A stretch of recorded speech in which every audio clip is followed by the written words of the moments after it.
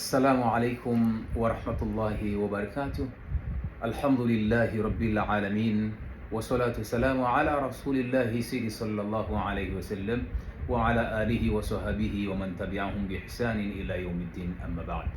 Ndugu zangu, na zawadi ambayo Allah tabaraka wa taala alimzawadia Nabii Allah Yunus ibn Matta, na zawadi hii ni dua, na dua hii kama utaizingatia na ukawa ni mwenye kuirudia, hakuna matatizo, hakuna dhiki, hakuna hasadi, hakuna chuki, hakuna kesi ama tatizo lolote ambalo unaweza kumshtakia Mwenyezi Mungu na Allah akashindwa kuliondosha.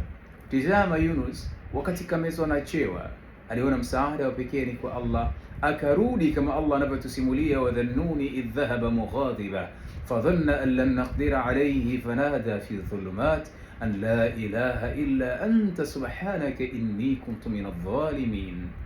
Yunus alimwomba Mwenyezi Mungu baada ya kujua amekosea, amemezwa na chewa, yuko katika tumbo la samaki, analia akimwambia Allah, akimlalamikia Mwenyezi Mungu, akimwambia la ilaha illa anta subhanaka inni kuntu min adh-dhalimin.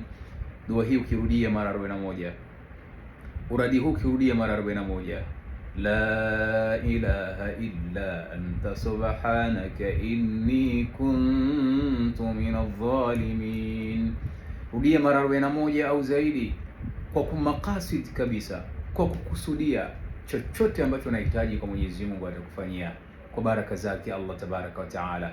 Maki hata Allah mwenyewe anasema fastajabna la, tulimuitikia dua yake baada ya kuomba Yunus, baada ya kumsabihi Mwenyezi Mungu, wanajainahu min alghammi, na tukamwondosha katika dhiki. Kisha Allah anasema wakadhalika nunjil mu'minin, na hivi ndivyo tunavyoondosha katika dhiki, tunavyoondolea matatizo wale walioamini. Na hata wewe kama una dhiki yoyote, una matatizo, una shari ya namna yoyote, kuna watu wanakusudia ubaya, wala wewe usihangaike kupambana nao, usihangaike kushtakiana nao, usihangaike kupelekana nao mahakamani, wake wengine wana nguvu kudhidi wewe. Sasa wewe mshtakie tu Mwenyezi Mungu kwa uradi huu mara 40 au 41, la ilaha illa anta subhanaka inni kuntu min adh-dhalimin, na Mwenyezi Mungu atakwenda kukuondoshea, na Allah atakwenda kukufanyia makubwa, tena hautoamini kitakachowatokea katika maisha yao, na huo utakuwa ndio mwisho wa ubaya wao.